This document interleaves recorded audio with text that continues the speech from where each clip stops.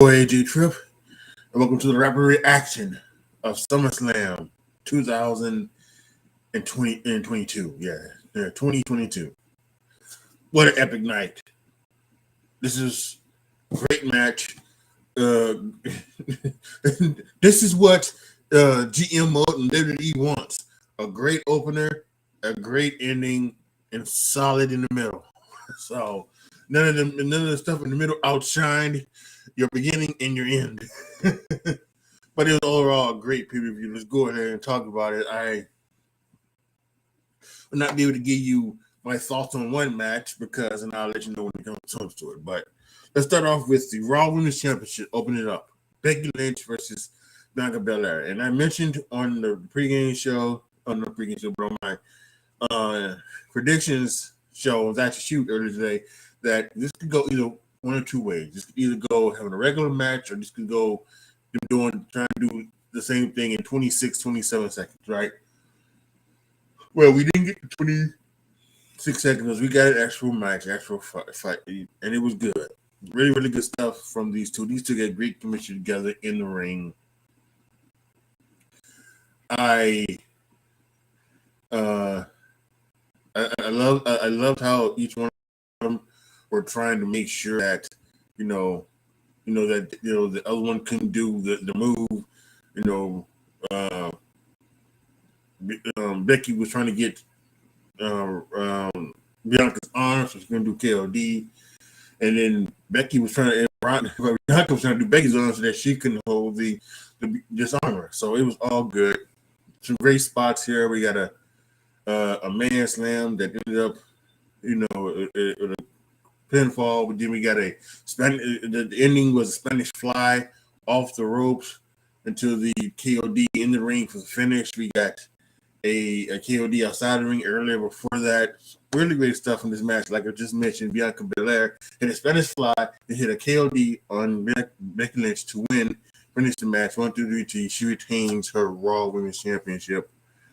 I had it at 4 stars. Thought it was great. Really good match. Then Becky goes ahead and decides to shake her hand. And Bianca Belair, she reluctantly shakes her hand. And they go in for like a little hug. And then Becky leaves. Starts going out and this going for ending in now a Becky Lynch heel turn. And if this is a Becky Lynch face turn, I think it is, depending on, we'll have to wait and see, because they could swerve us, but it's Becky is not she is not a good face if she's trying to be a badass face. She's not that. The man sucked. Let's face it, everybody. The man sucked. And if she's gonna be a face as big time Bex, I think that's gonna suck. But let's wait and see. I guess let's wait and see. So as Bianca Belair celebrating, we hear that beginning to Bayley's music, and here comes Bayley returning in all white jacket, white pants, cargo, and she's just walking down the ring, and she gets to that day, and they have the thing. Hey Bianca, remember me? Because she was originally going to face Bianca Belair. I believe that was at Money in the Bank last year. She's gonna face him in an I Quit match, but she tore her ACL training, and she comes out. So wow, good to see Bayley back, right? But then this is and it comes out is Dakota Kai. Holy shit! Dakota Kai comes out, and she comes down and she walks down the ring and she stands there with Bayley, and So and you're like, wow. And then there's and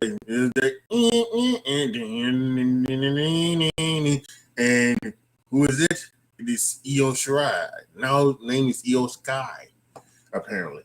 And she comes down. She comes walking down the ring, and you're looking at it, oh my god. So not only is Dakota Kai back, not only is Io Shirai going to stay in America, but stay with WWE. And then they go, and now they're in a group with Bayley, it looks like, and they walk down to the ring. And you see Bianca Belair. She's selling it great. She talking about someone who has turned it around on me. When Bianca Belair won the Royal Rumble in 2021, I didn't see it.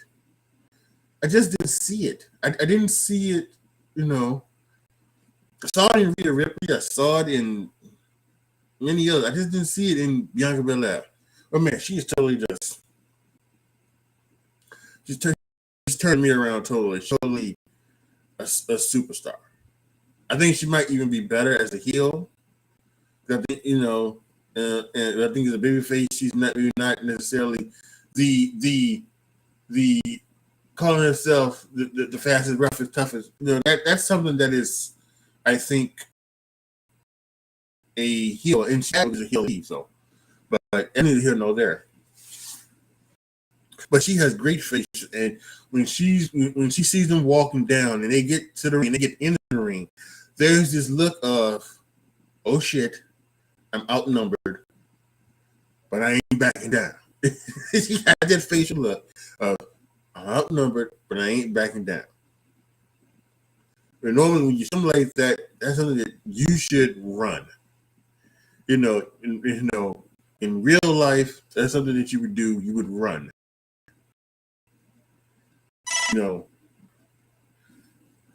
Whatever. And she just killed it. And then with the facials, and then all of a sudden Becky Lynch pops up, and she stands side by side behind Belair. And now it's 2-on-3. And again, they're outnumbered, but this is Becky Lynch. Yep. And the heels, I'm guessing, Bayley, Io, and Dakota, or King Coda, whatever, decides to back off and get out there and back off and leave Bianca Belair and Becky Lynch standing in the ring tall, I guess. And it's just, what? And when they promoted this on Twitter, Triple H quote tweeted it with, and there's more to come. Excuse me? There's more to come? Well, okay. But I guess not tonight, because there wasn't a lot of stuff tonight. But that the first 30 minutes or so was pretty good. Pretty good in all totality. So love that. Let's see.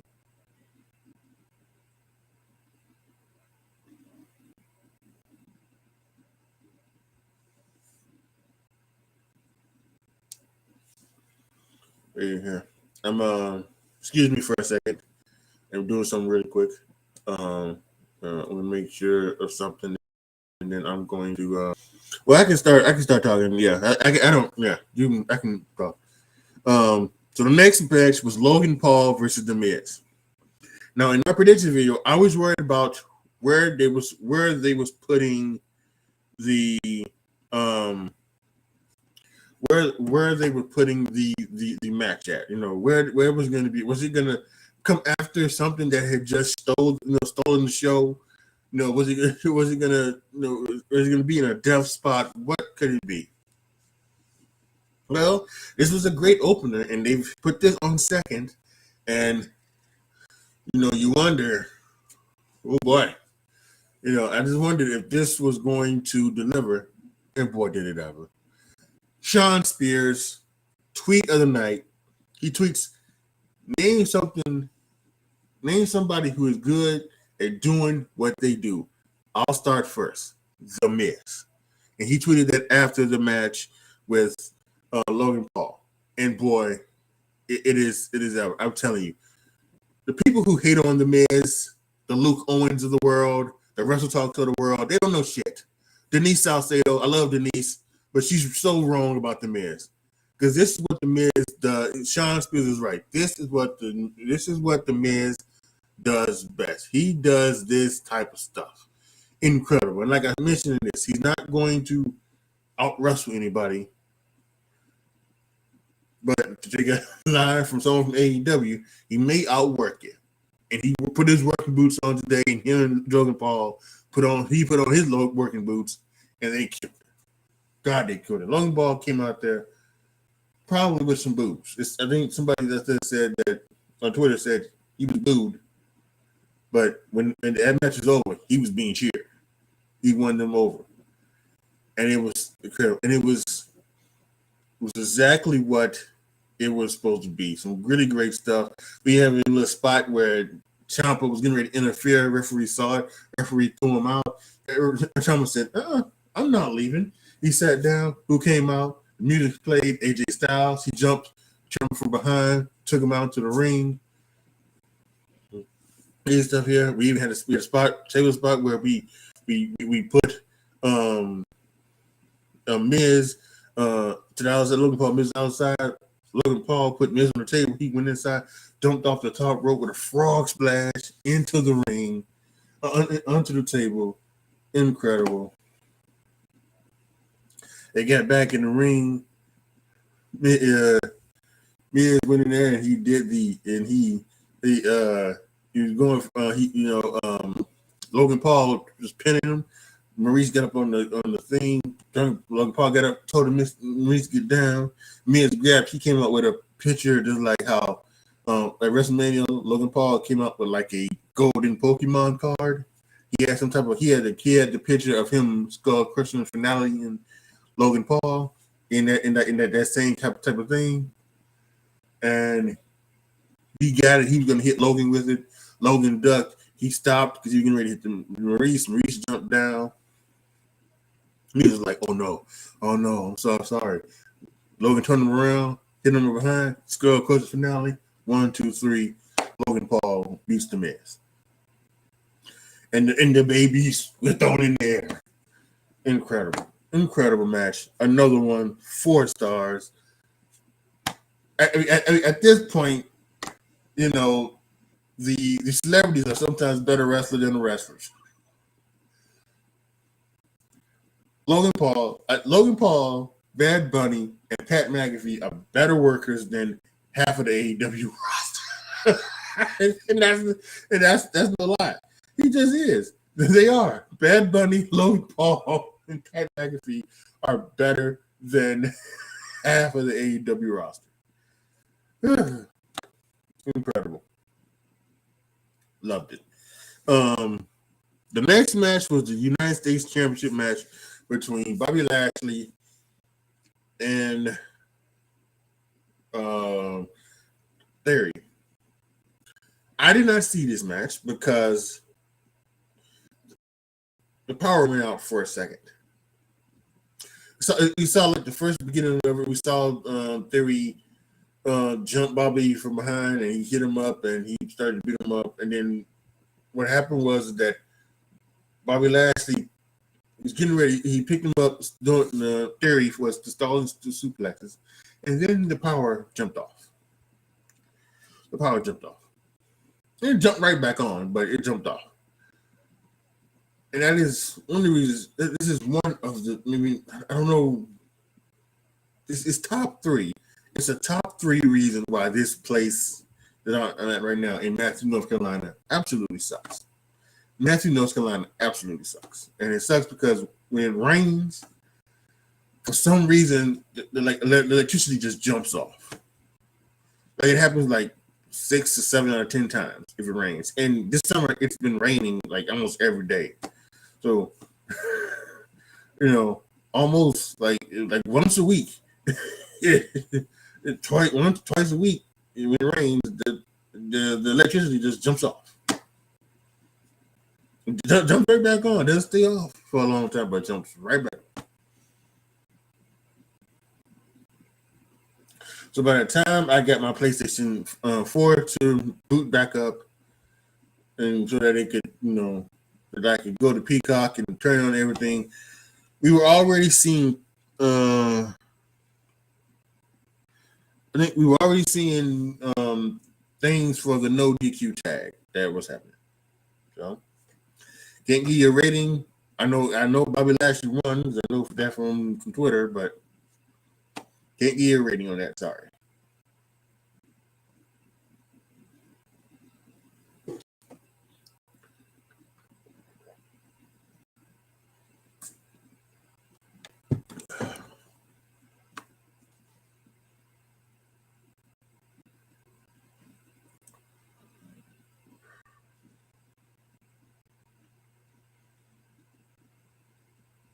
Hold on 1 second.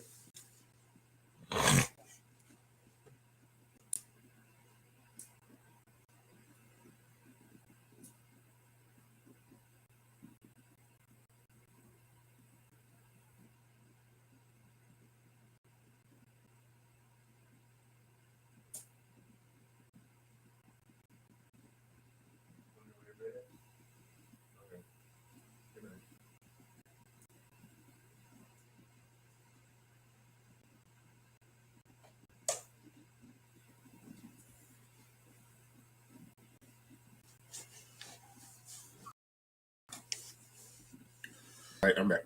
Let's finish up. No DQ tag between Mysterios and the Judgment Day. I always see. I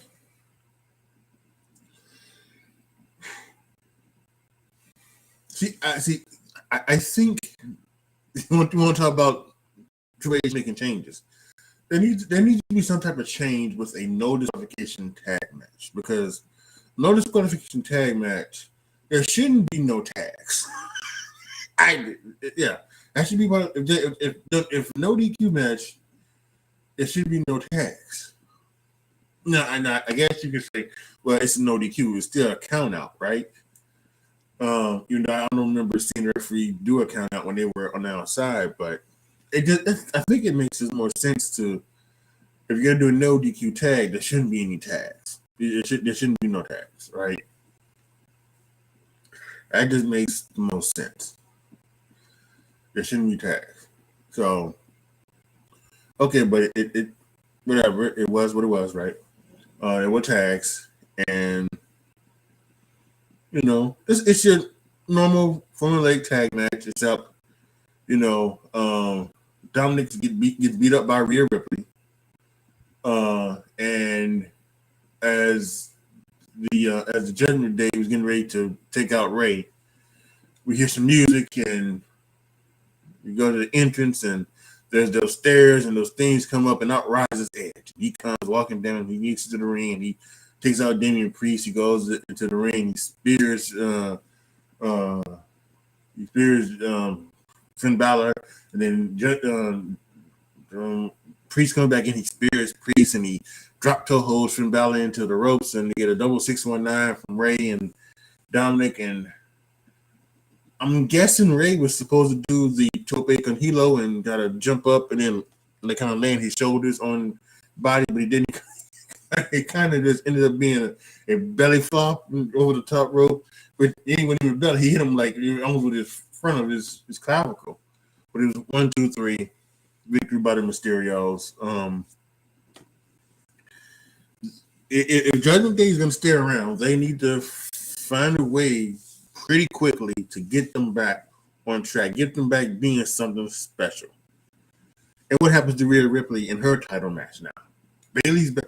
So many people are now back. So what happens? So we'll have to wait and see. But yeah, 3 stars. Next match was Pat McAfee versus Baron Corbin. Battle of the Teammates. Listen, this was average. This was okay. I had it at 2 3/4 stars. It wasn't bad. It was just average. We saw Pat spot where he goes and jumps up to the top rope. Kind of messed it up, but he caught himself. He does a superplex. He also does something called the Swanton Bombay or whatever like that. I don't know what it is. It's because he's part Italian, whatever. And so and they did some great things, and when some good things, and then the end was Pat McAfee doing a somersault code red into the finish 1-2-3, beating Baron Corbin. So it is what it is. This is one thing again. Someone talk about someone who's good at what he does. Baron Corbin, he's the perfect mid card heel, perfect guy to take the fall for this, and he's not gonna be anything, he's not gonna be anything special. But he's another one who is good at what he does, and he deserves each and every bit of credit he deserves. So good on Baron Corbin. Pat McAfee wants to celebrate with the crowd. Went to Corey Graves and said, "Suck it." You now know that Corey Graves has been cleared. He had to retire from concussions, just like Daniel Bryan, just like Christian Cage. Both have now come out and been, retired, come out of retirement. And so Corey Graves has been cleared. And they've adjusted back and forth a little bit, on there. So we could be seeing Corey Graves and Pat McAfee soon. So that is something to think about. But yeah, Pat McAfee did a good job. And after that, Drew McIntyre did a promo. He did a promo for Clash of the Castle, promoting his match there. Just talking about the same things. He has a little kid in the crowd named Colt. He had the crowd somehow chant Colt name, so that was pretty interesting as well. So again, doing great stuff for Drew. Next was the WWE Tag Team title match between the Usos and the Street Profits, the special referee Jeff Jarrett. Jeff Jarrett didn't necessarily have a lot to do with this match. They made sure early off of that they made sure to show that he was going to be an authority. Jey Uso was in the corner pounding on Dawkins, and he was doing the 1, 2, 3 count, and then before he went to 5, he actually didn't count to 5. He pulled, I think it was maybe Jimmy. He pulled Jimmy off and said, "Hey, don't do that again. I got a 5 count. I'll disqualify you." And then Jimmy went back in the corner. Dawkins turned around, did it, and then he did the same thing, count to 5. He pulled Dawkins the same thing, and he was pretty much there. There were 2 or 3 counts during the match where Jeff actually he counted 3. You could hear like the 1, 2, 3 of the slapping of the mat. Now the person did get their shoulder up before the 3, so it wasn't a 3, it was a 2 count. But it just you heard him hit the count, so I'm not sure. It may be because Jeffrey. You know what? That's gonna be it. I'm gonna call him Jeffrey Jarrett. Because Jeffrey Jarrett didn't necessarily he probably hasn't done this before. He has done this in a while. So, but he counted 2. The only spot that involved him was that Uso was going for one of the Usos was going for a super kick on one of the Street Profits, and Jeff Jarrett counted. He caught it, and he kind of just threw him off, and that went into a move for the Street Profits. They didn't get the victory. There were a couple occasions where the Street Profits had hit something and didn't get the 3 count, and Montez Ford was kind of screaming at Jeff Jarrett, and say, "What are you doing? That was our count," or whatever. So, but it didn't happen. Ending was Street Profits threw Montez Ford over the ring barrier, super kicked Dawkins, threw him in the ring, gave him a double super kick, and then hit him with the 1D for the 1, 2, 3. Street Profits win. I had a 3.5-star match. I thought it was. I thought it was nice. Not as good as their one last month, but I thought this one was really good as well. I think anyone who's trying to figure out what's happening with the titles, The bloodline was having the Roman Reigns. I have a theory, and I will give that theory after the after I talk about the last inning of the night, the main event. I gave it to you then, but I have a theory on that. So all I'll say is that for those who are wondering or maybe even hoping for new tag champions and new undisputed a new undisputed champ, you may be waiting quite a while. Go back to the end of that. So after that, Matt Riddle came out and he grabbed he did the promo. Something about not clear, but I want to fight Seth Rollins. And then people came out and then Seth Rollins came out and we had everybody came in there and Seth Rollins, he did the double fake. Okay, he came out like he's coming down and then people said, okay, the referees officials out there, okay, I won't. But then he said psych and he jumped and he outran all of the officials and he ran to the ring and they got in the ring with Matt Riddle and he got the best of Matt, hit him with another curb stomp, and then he walked off. So, and that's all we saw from Seth Rollins. No match, no angle with anybody else, no return. I know some people were sad. People were hoping maybe Fiend or Gargano. It's not coming right now. So, but yeah, pretty interesting. I think the match is going to happen at the Clash of the Castle. Next was the SmackDown Women's Title match between Liv Morgan and Ronda Rousey. No return here. I thought Charlotte would come and stop this match. This match was pretty quick. Had to be less than 10 minutes. And I think the thing they were showing here was that Ronda was outmanning Liv Morgan. Liv Morgan could not handle Ronda Rousey. Ronda Rousey kept going for the arm, kept trying to tap her out, and Liv Morgan persevered, making it to the ropes, was just being outmanned and outmuscled by Ronda Rousey. She wasn't in her lead, and when Ronda got the final armbar in, and it was the same one that she got with Natalya. She got it, but her shoulders were in the mat. And they did the finish where it was 1, 2, 3, and as the referees counted 3, Liv Morgan was tapping out. So Liv Morgan won, but you could obviously see that she had tapped out. So we've got the whole thing where it's the things and everything like that. So it's not a thing. This is going to go on to Clash at the Castle, if not before then. I'm guessing it would be then. Where they'll have another rematch. It's probably going to be some type of other match. My guess would be probably a submission match. I would, and then when that be, and here's what they could do. It could be a submission match, and it could be Ronda Rousey versus Liv Morgan. And what could happen is that Liv Morgan could put Ronda Rousey in a move and pass her out, so that she would win the match by submission. But you could still have the thing that Ronda never said, "I quit." She never tapped out. she passed out.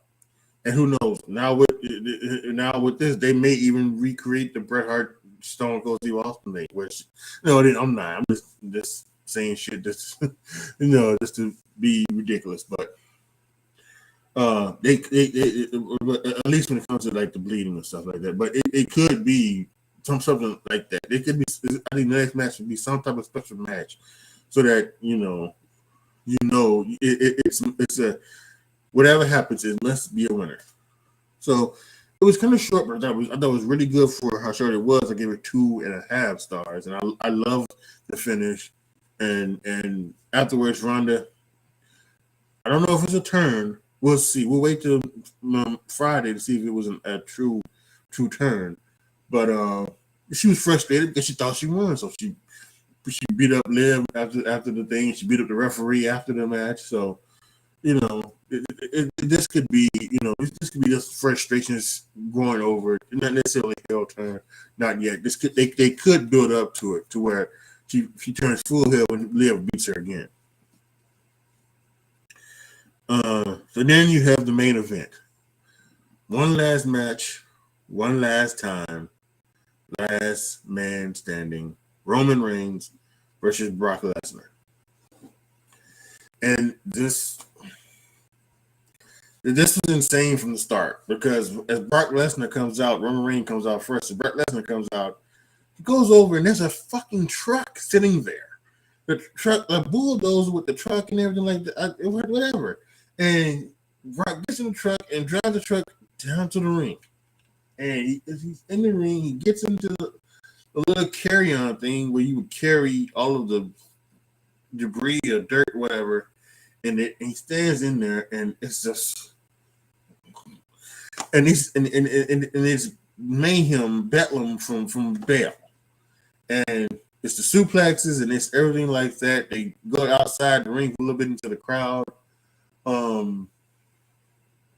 There's a couple of table spots out to the outside. They get back into the ring, do some stuff, two-hand punches, spears.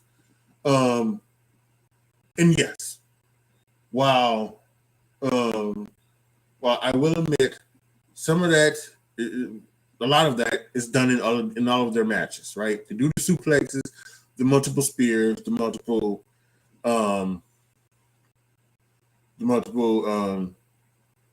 Superman punches, F5, all of that, right? And even though they continue to do all those things in all of their matches, that doesn't mean that their matches have been bad. If they haven't been. And if someone tells you the matches have been bad, they're idiots. Point blank, period, in discussion. So they said they did, and they did it here.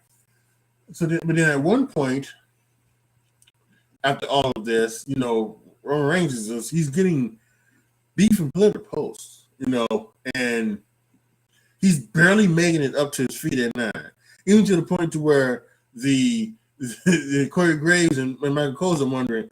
I think the referee's giving him very leeway, because he's not really making it up at 9, for the most part. But the referee's giving it to him. He's standing on his tippy toes, but yeah, he's giving it to him. So then Brock gets out of the ring, gets into that truck, backs the truck up, puts the thing down, puts the thing under the truck, and raises up the ring to the point to where the ring is actually bent on his side. Roman Reigns was standing in the ring, and as Roman Reigns picks up the ring, he just tumbles and rolls out to the other side. And it's just the funniest thing in the world. If you've seen this, how this thing ended, it was insane. And so when you do it again, and and they go out there and stand it up 1, 2, 3, 3, and it's just incredible. And then finally the Usos come out, and I was wondering, where was this at? Where were the Usos at? Because I was actually starting to get it. Roman was not going to, get up here. And the Usos come out and they do the thing, but Brock Lesnar takes care of them. And at one point, Roman Reigns spears. He spears. What's his face? He spears them.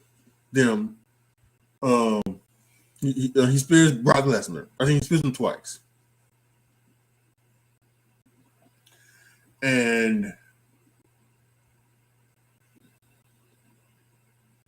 I think what happens is actually at one point Paul Heyman he grabs the titles and he just gives them to Brock. And he says, "Take the titles, leave my tribal chief alone. Just do this as a favor for me. You know how much I've done for you. Do this for me." And Brock Lesnar picks up Paul Heyman, F5s him through a table, through the announce table. Second time the table broke, I'm so surprised. Roman Reigns was very adamant about not letting Nia Jax do a table spot a couple of Survivor Series ago, because he was going to do one in this match with Drew. I think it was his match with Drew. It might have been. Yeah, I agree with you. I think Nia was fired before his match with Big E. So I don't even think it was that. So he was going to do that. But I guess because Logan Paul and The Miz was something special, and it might be because of the fact that this is a new regime, and they might do more of this, which would be one of the bad things if Triple H lets this happen. Let's be reasonable here with the table spots and everything like that. I have no problem with the 2 table spots, early in the match. I have no, but I have no problem with this one either as well. But I do think, I do think that it is kind of crazy to have both tables to have the non-table break twice in one night. I think that needs to calm down. Anyway, he does the F5, he spears Brock Lesnar, and then here comes 8-Town Down. Here comes Austin Theory running down with a ref, and I can't necessarily remember what happened. He hits Roman Reigns, I believe, but I think the Usos super kick him, and he goes down. Brock Lesnar. Brock Lesnar gets him because he hit Roman Reigns. He gave it to the official, getting ready to cash in. But Brock Lesnar picks him up. He knocks it out of the official's hand, I believe. Then picks up Austin Theory, hits him with an F5. Austin Theory's out for the rest of the time. And then as that goes down, we get a double super kick from the Usos. I can't remember how this goes, but what happens is that I think we get a spear, we get a shot with the WWE title, we get a shot with the Universal title, and then they dogpile all the stuff onto Brock Lesnar. Roman gets on top, counter 10, last man standing. He retains the championship. Incredible match, incredible match, incredible spots, incredible entertainment, incredible drama, incredible everything. 5 fucking stars. Without question. This is without question the match of the year, and it's incredible. Just insane drama and excitement from this match. Truly is. And if you didn't like it, I'll say that I was listening to the Wrestle Talk podcast as they were doing this, and afterwards they were saying that the counting and everything makes the fucking last man standing match. These idiots over Wrestle Talk, they hate WWE just to hate on it. They'll never give WWE credit for anything. And they're so happy to hope Triple H might change things because they want to try to Triple H to make it with that AEW bullshit. And I hope he does. I hope Triple H does the WWE stuff. The WWE, does the same stuff that's been done in WWE for years. Maybe he does it, tweaks it to make it a little bit better. Maybe he does certain things here and there to bring some people back, something like that. But it's still going to be the same stuff. Get the fuck over yourself. I've kind of said to myself that I am going to stop watching Wrestle Talk, because they'll never. They're AEW shields, and they'll always be AEW shields, and they'll never tell you the truth about what's really happening with wrestling, and they're never really happening about with WWE, and there'll always be a bunch of bitches. So it's for me, it's kind of over.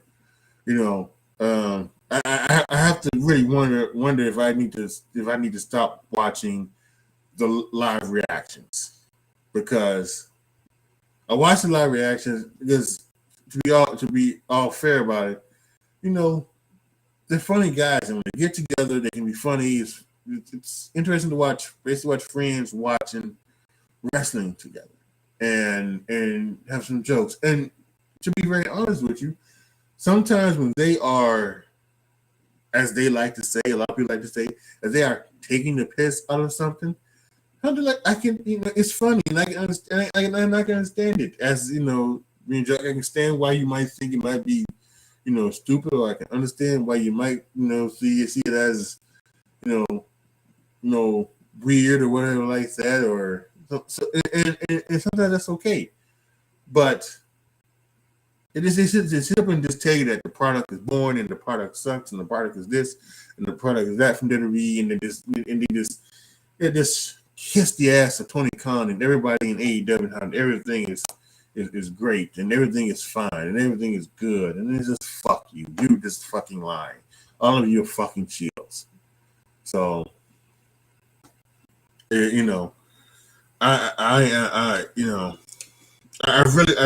really am going to have to,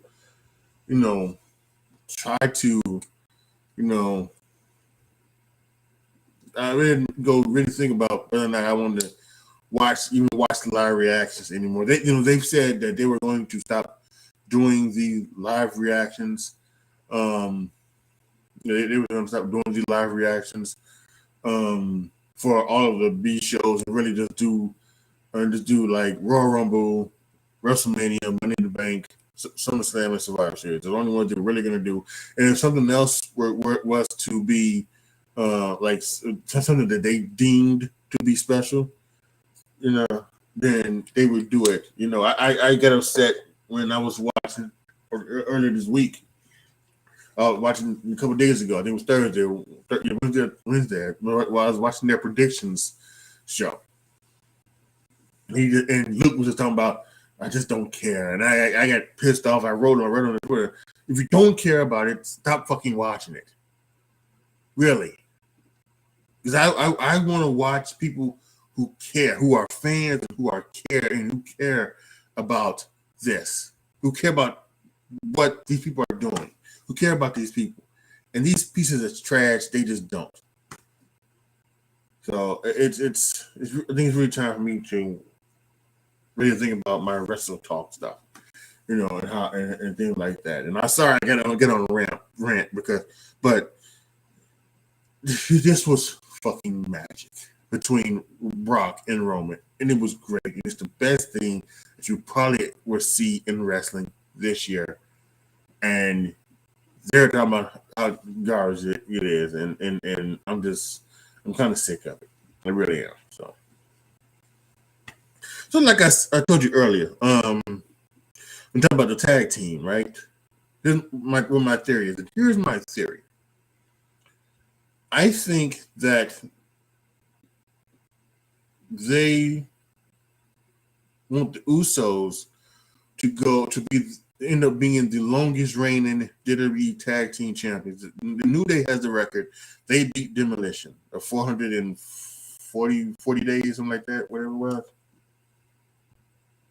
And soon after they beat that, was it the Bar? Yeah, I think it was the Bar. It was the Bar of Cesaro and Sheamus beat them to become the champions. And I think that's going to happen again. They're at a little over a year, so that's another 100 days. So that's another 3 months: August, September, October, November, right? So if they do a tag match at Survivor Series, that's probably when the Usos are going to lose the tag team championships, because at that point they would be over that 400-day reign. I think. Don't count me on that.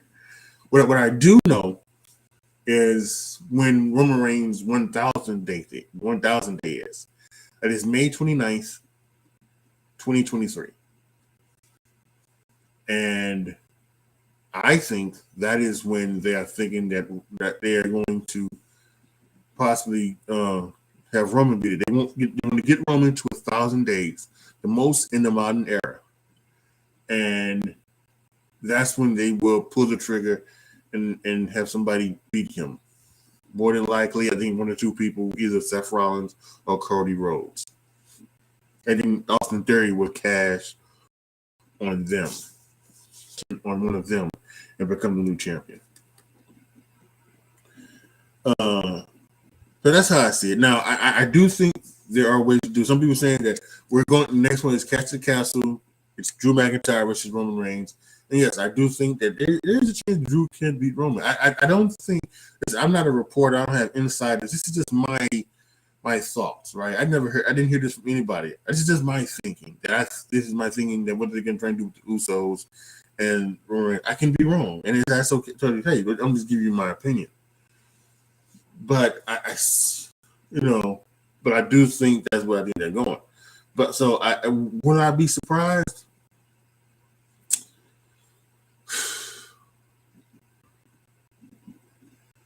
Yes and no.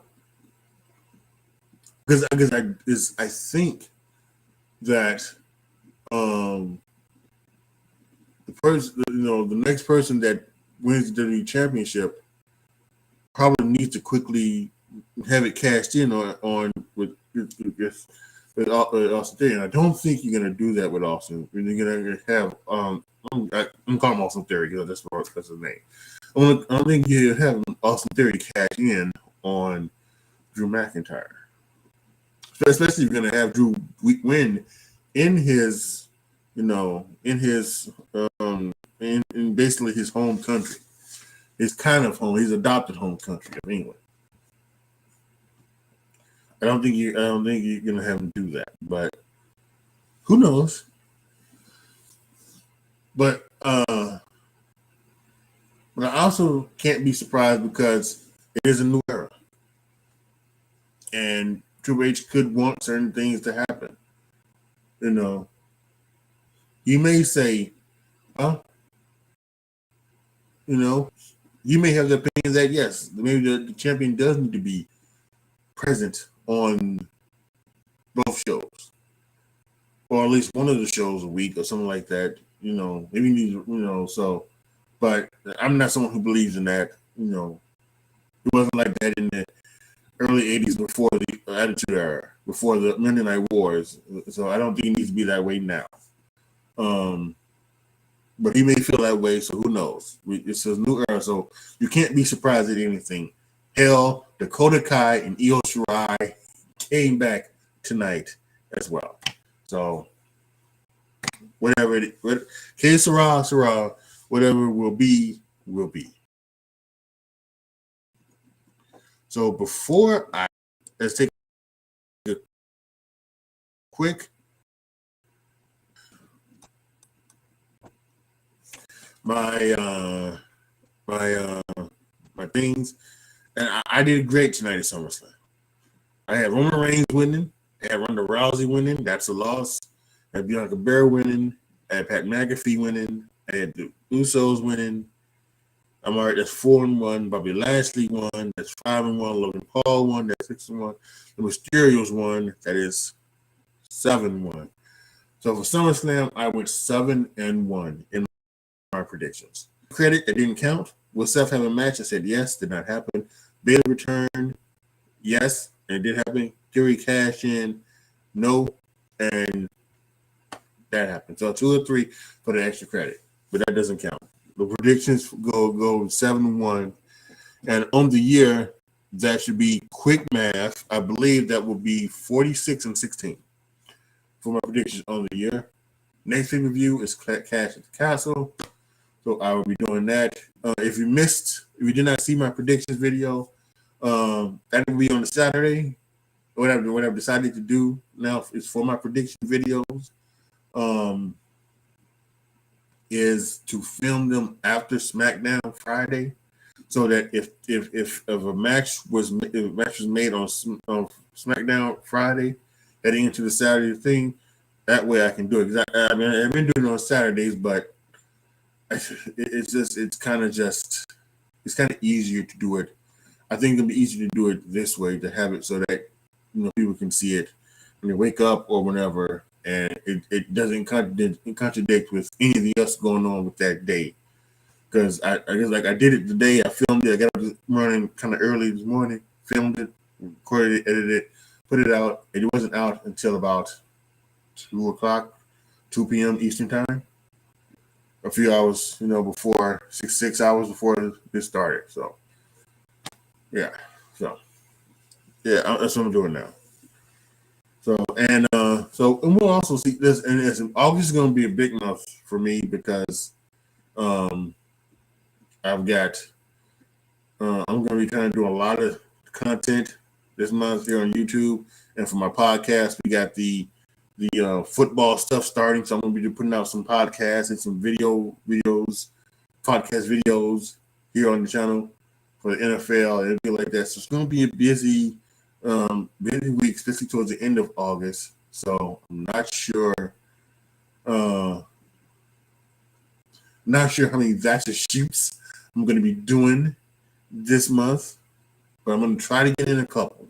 I'm going to try to get in a couple, maybe even 3. Let's see how many. It's 4. So maybe I'll try to get in. I'll try to get in one this Friday on the 5th, one on Friday the 12th, and one on Friday the 19th. And then the last Friday in August, that's going to be, working for college football is coming out as well. So may not have something like that. So I'll try to get to 3. I'm definitely gonna get you 2, but I'm trying to get you 3. So yeah. And one last thing, I know we've been here for 50 minutes talking about the SummerSlam reaction. And yes, my thing says Rebel reaction because I had some tweet when I share this or something like that. I had somebody, I think it was on Reddit. He put it out there as being, wow, a rapid reaction. It was one of the reactions a few months ago, and a rapid reaction that's 30 minutes long. Well, the rapid reaction is called rapid reaction is because it's the quick reaction to SummerSlam right after. It's just right after. The rapid reaction doesn't have to do with time. The time of the reaction, how long the reaction is. It's how quickly it's done after the show. And I try to do it within 15 minutes of the show. Once the show is over, usually what I do is I get up, I get some water, because I do a lot of talking, so I gotta drink some. I'll lock up the house, put the alarm on, may even use the washroom if I need to, because I'm gonna be sitting here for a while talking, and then I'll come back here talking. So I try to do it within 15 minutes. I think that's good enough to be called a rapid reaction. So yeah. And I used to do live reactions, but they didn't stick because I guess maybe my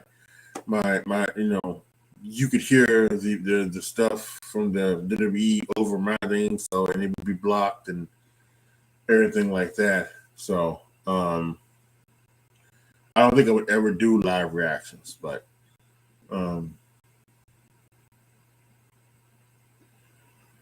maybe I would try it once.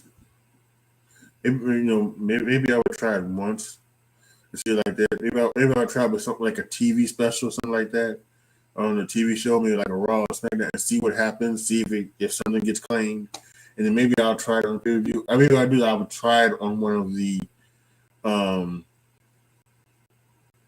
I tried on one of the B shows, and then if it does get claimed, I would